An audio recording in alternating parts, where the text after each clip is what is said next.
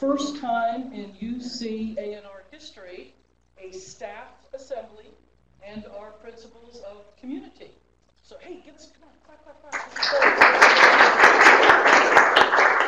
I don't know about you, but I'm actually very, very excited about this. I've mentioned before in previous discussions that I'm very committed to the principle of shared governance and making sure everybody in the system has a voice. And that's really what we're about. We're a really huge, diverse, dispersed organization all over the state. And it's really challenging to get folks together. This electronic thing we've got going on today is one method of doing that, but entities like Staff Assembly are really crucial to also helping sure that folks out in the field get a voice. Pardon me on the camera, but the technicians are doing weird things in front of me. This is something that actually predates me. This was a commitment that the previous leadership made in 2012 to participate in a UC-wide campus climate survey. This was done across the entire system, all 10 campuses, the 5 medical centers, the national laboratories, and of course, ANR. In ANR, because so many of us tend to work on things like climate change, we decided that really wasn't a good name, and we called our effort the Workshop Environment Assessment. So you folks probably heard of that. A lot of people worked on it. There's a lot of people to thank, and we'll get into that a little bit later. You'll hear their names when we do the committee presentations, so I don't want to steal their thunder. But part of our commitment here was really to implement an action plan, i.e. not just some paper gathering dust on a shelf somewhere. So to do that, we did hold 6 workshops, and I believe you're going to hear a little bit more about that. And then we're creating now this staff assembly and developing still, nothing's set in stone here, our principles of community.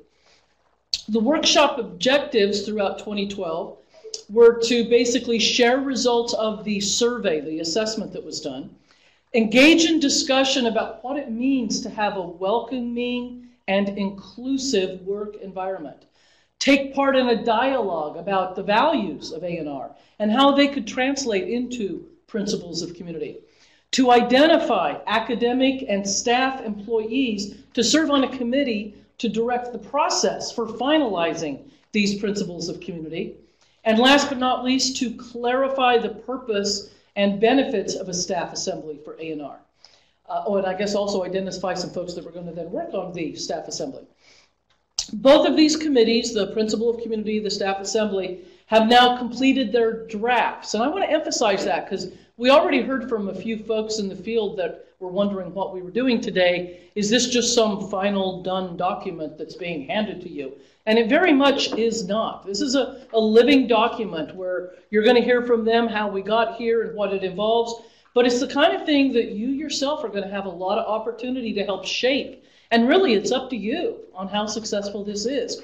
If folks participate and we use your voices wisely and well, this is really going to offer a lot of opportunities for ANR to grow and thrive and be better than ever going into the future.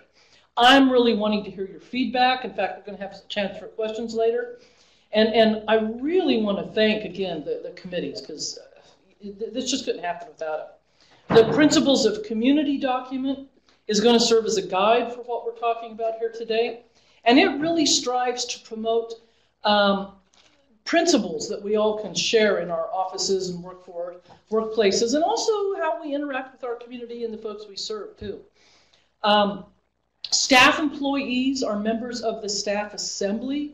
I really hope that some of you will choose to get, in fact, many of you, will choose to get involved in this organization. And for the supervisors out there, I urge you to be supportive of staff being active and engaged. This is critical to its success. So I look forward to working with the group on a regular basis, meeting with them occasionally, certainly hearing from them frequently as they start developing the work and the plans, and we start having two-way discussions about how we can all make ANR be what it can be as best as possible.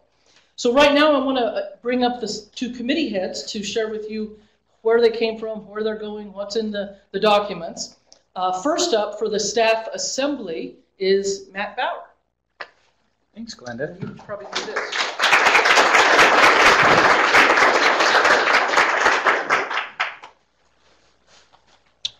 So the staff assembly, let's see, I'll just, I guess, my neck. Started with this committee back in October of last year. You could see all the members of the committee are pictured with the exception of one person. That person was at the Office of the President all the way up until February of this year. That's Andrew Besson. He left and went to Berkeley, so we didn't picture him here. I thought about picturing him with a big X on it, but then nobody else liked that idea, so this is what we went with. You can see that we're pretty well distributed throughout the state. However, you will probably notice that the border of California and Oregon is not on this map. So I originally tried to get the whole state in there, but it didn't quite fit. And then there really was nobody from anywhere north of Sierra Foothills, so I cut that off. But that probably is a gap that at some point we will have to address. So we've got 3 of the people at Research and Education Center. So Nikolai, Jeanette, and Tammy are all at Research and Education Centers. Nikolai's at Sierra Foothill, Jeanette's at Kearney, and Tammy's at South Coast. We've got 2 people who are at Cooperative Extension offices. That's Lori down in San Diego and Janelle. And then we've got 2 people here in the ANR building. That's myself and Christina. So that's the group that came together and put together pretty much what we have today, which is kind of a loose framework in which we can start to build the staff assembly. So I'm not going to read the whole vision statement, but what I am going to do is I'm going to point out 2 key things. One is what we're interested in doing is being able to get feedback from all staff on how we can do this thing better. And when I say all staff, I really mean all staff. So we're talking about university paid, we're talking about county paid, we're talking about full-time, we're talking about part-time, we're talking about everybody that's within the staff. Everybody who's considered to be staff within ANR is part of this thing. And we really need everyone to participate because it's only through this participative process that we can make the thing work properly. So our mission, I distilled this down quite a bit too. So the staff assembly seeks to reach out to all staff. As I mentioned, this is everybody. Pull in information and be able to feed that information up into leadership and also be able to feed information back down from leadership to all the staff. So it's kind of this 2-way information flow. We want to be able to offer opinions and recommendations on leadership policies, processes, and programs. One of the things that we feel is important is to foster an understanding of what ANR's mission is, and we're hoping to do this through networking opportunities and meetings, regional meetings that I'll talk about in just a minute. And also, as we move into a new stage of professional development for all staff, as well as performance-based evaluations, what we'd like to be able to do is offer career training and professional development opportunities to, again, all staff. Here's our website, staffassembly.ucanr.edu. Hopefully that's simple enough that it won't be hard to remember. Up there you'll find our bylaws, our mission and vision statements, and soon to be newsletters. There are no newsletters up there yet. The bylaws, as Glenda mentioned, is a living document. It's a document that is not completely finished. It's got the rough structure in there, but in essence, we need everybody to be involved in developing that document and fleshing it out and making it what you want it to be. I mean, this is your baby, really. It is. It's not mine and it's not Glenda's. It's yours. And so you need to build it the way you want it to be. And to do that, you have to participate. Also, we're going to be involved in the Council of University of California Staff Assemblies. So CUSA has been very eager to have UCANR Staff Assembly participate in their first meeting in June. We're going to be sending Jeanette and Lori, thank you Glenda for funding both of those 2 people to go to that meeting in June in Oakland. And in the fall, winter, and spring, we'll be having regional meetings to start to develop input and also develop buy-in into the whole staff assembly as we move forward. And that's pretty much all I have, and I'll turn it over to Terri White, who will talk to us about principles of community. Do you want me to pull yours up, Terri? Or? Thank you. Oops. And there's Terry's. There's mine. There you go. Okay, thank you. Thank you all. Oh. Okay. Sorry. Now I have to be heard. Okay. So first of all, I have to say this is a new process for me to be chair, but I am very happy to talk about the principles of community. We have been working on this since September of last year. So my objectives today are to go through what we've done, who we are, and what we have accomplished. So our group started with Mary Blackburn from Alameda, Tina Jordan here in Davis, Emily LaRue in Kearney, Chris Martinez out of South Coast, Laura Snell out of Modoc County. Whoops. I don't know what I just did here, sorry. Try that. Okay, Catherine Soul out of San Luis Obispo, Aaron Thompson, San Diego, Jeff Tabayan out of Santa Clara, Liz Villalobos out of Fresno, and then myself. Liz was previously our chair and has recently moved on. So we started with all of the comments, which was 31 pages of comments from the workplace assessment. And we drilled down and tried to come up with the commonalities and what the goals were to provide a welcoming and inclusive workplace. With our group, we determined that there were certain areas that we wanted to address, and that was the community, our common goals, the rights and responsibilities within the workplace, and out of those we determined that fairness, trust, respect, physical and emotional safety, security were all important to all of our individuals. And so that was what we felt our charter was. And we drafted a document, started off with 6 pages, reduced it to 2. We vetted it with 12 academic staff in the county and the recs. And then we presented this document to senior management in March. And so that brings us today, where we're looking at all of you for input. So without further ado, we will show you that document. Maybe. Okay, so it is on the portal, and it is a 1-pager. And the main topics are the community, the rights and responsibilities, the principles, and how we sustain this. Back.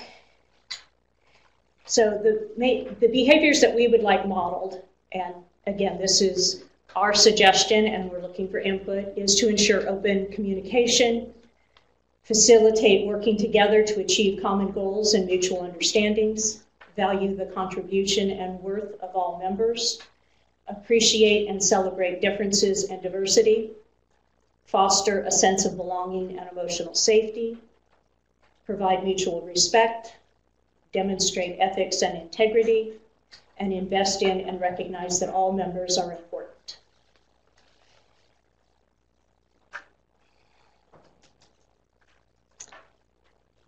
We believe that there's strength in the differences among us or between us, and that we know that there is comfort where we overlap. And so with that, I'm asking that you look at our principles of community, you check it out, and I do it again? No, you're fine. Keep going. Keep going. Don't stop. There is a link on our principles of community page for comments and suggestions, and we hope you use that. We will look at those comments for the next couple months. We will be providing a survey, and then we'll meet together to incorporate your ideas. So thank you.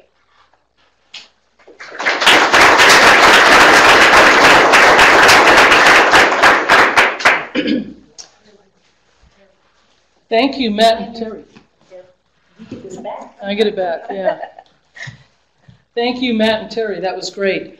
So just in closing, before we open it up to questions, I just want to say again, you know, we are a very, very large organization. We live and work in literally every single county of this state.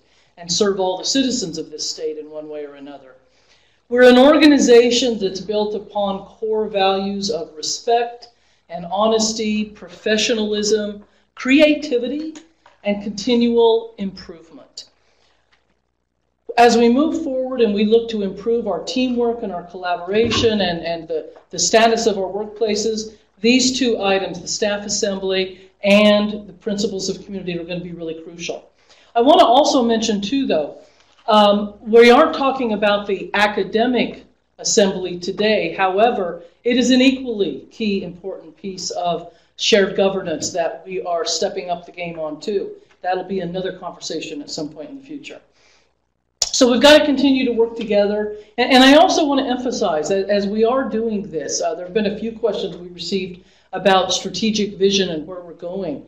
I want to emphasize once again that the current strategic vision 2025 is the document that we're using right now. We're not rewriting it. I'm not one of those people that feels like I have to redo strategic visions all the time. They take a lot of effort and time to do them in the first place. And besides, it's a really great document. The existing strategic initiatives, we're renewing those for at least another 5 years. So as we try to work together, keep that in mind too. That's kind of our larger vision of where we are and where we're going as we implement our principles of community and utilize the staff assembly to get us there. So with that, I'm going to open up the floor for questions. And I believe there's a process for processing that, right? Yep. Now we're going to pass that back and forth. Well, we can. We also have, we were probably just going to take any questions from the audience here, as well as Pam is going to be checking to see if there are questions. Let's see. Can I see them up here? Yeah. You can go ahead and close mine if you want. Oops. So you can keep talking. Do we have any questions from the audience here in the room?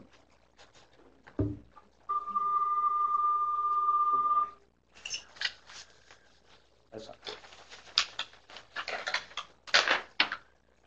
We have one. So, we have a question? Great. Okay. Question about the principles of community. Is there anything that you point to in the ANR principles of community that is sort of uniquely ANR or different than the principles of community at some of the campuses today? So, hold on just a second. I was going to repeat the question so that the people online can hear it. So the question is there anything specifically in the principles, or do you want to repeat the question while you answer it? Is there anything specifically in the principles of community for ANR that are ANR specific? Terry.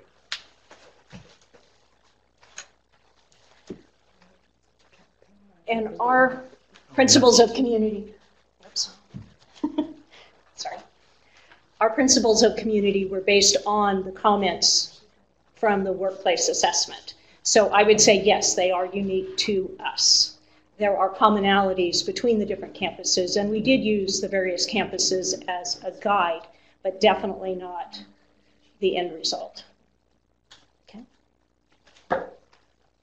Yeah, the only thing I would add to that is we are a pretty unique entity in that when you're on a campus, you're in one community and you tend to have kind of a culture around the campus. Whereas, as all of you know, as we're scattered all over the state, we interact with a lot of different cultures and people from every end of the political spectrum, every spectrum for that matter. So I think these principles of community in our staff assembly are really crucial to helping us with just our teamwork, our collaboration, and our ability to help each other deal with some of those challenges. Because they are very different than what people on a campus tend to face. And so following along that, since Glenda, you actually just pointed out that we're kind of unique in ANR, where do you see and what kind of vision do you all have for integration over time with the staff assembly and academic assembly within ANR? And how will those two work together?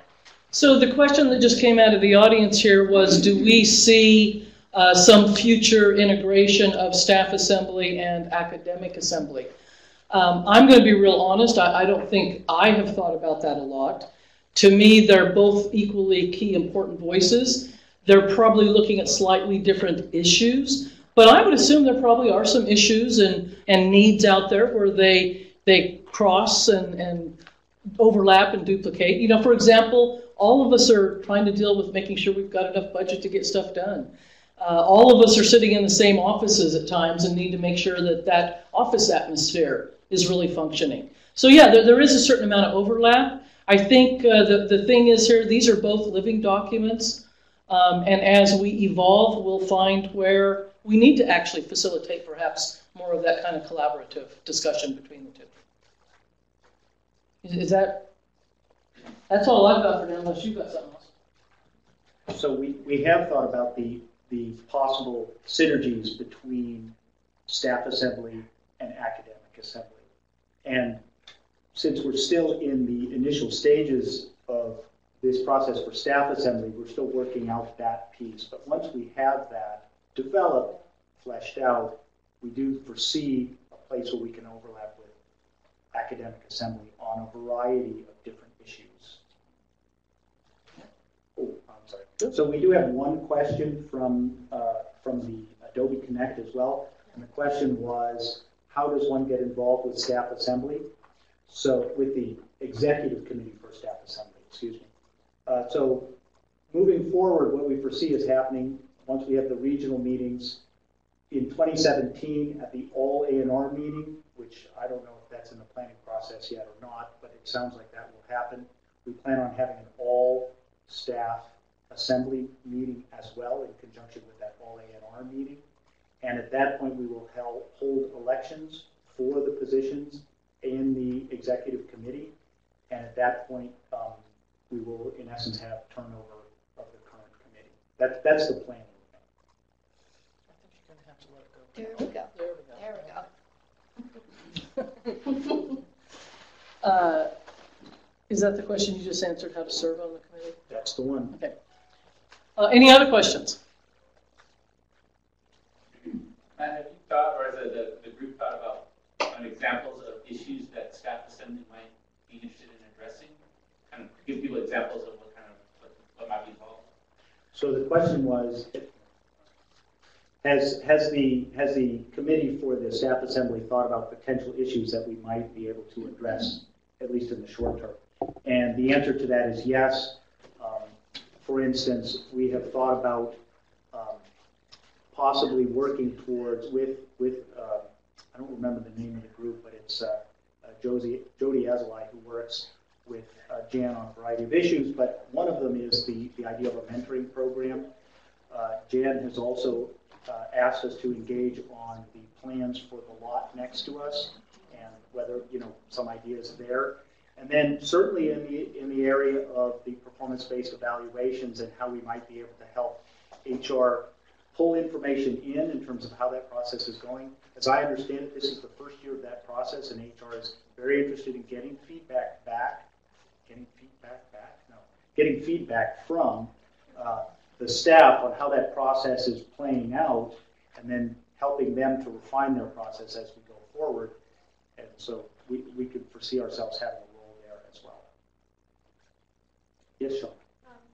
So I had a quick question about, we're at a campus, and there are other ANR people who are at a campus like Riverside or whatever, and have been involved in those staff assemblies for things like the Goodness for Staff, which we just had, which was really nice. Would we be discontinuing our affiliation then with our campus staff assemblies and focusing on our own, or what happens? So the question was that a lot of people who are in ANR are affiliated with specific campuses, and they participate in the staff assemblies for those campuses.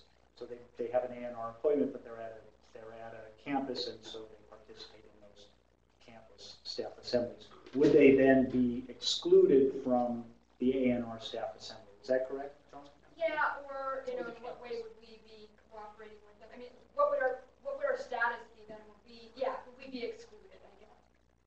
No, the first point still remains the same. All ANR staff are considered to be part of the staff assembly, and I don't see any reason why you couldn't participate in both, assuming that your supervisor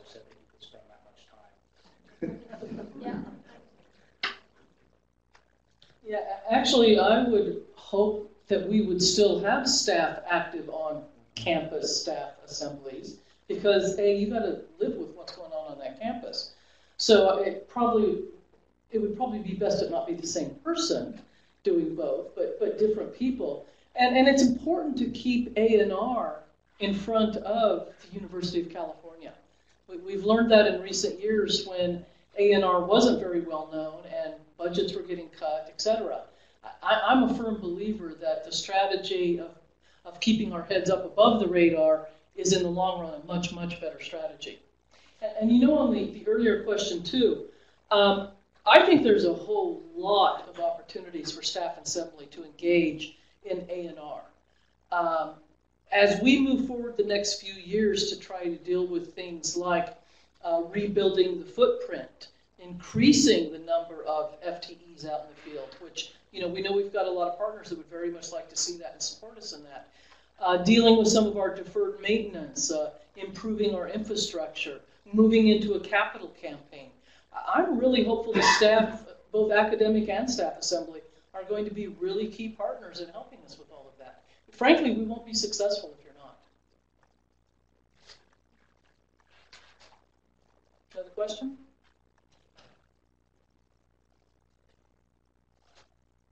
Everybody wants to get back to work, is that it? Well, if there's no further questions, I think we'll bring this to a close early, and folks can head back and maybe take a few extra minutes heading back, since we've gotten out of this early, and have a little break. So I'm going to declare it closed then. Thanks, folks. Thanks for coming today. Really appreciate it.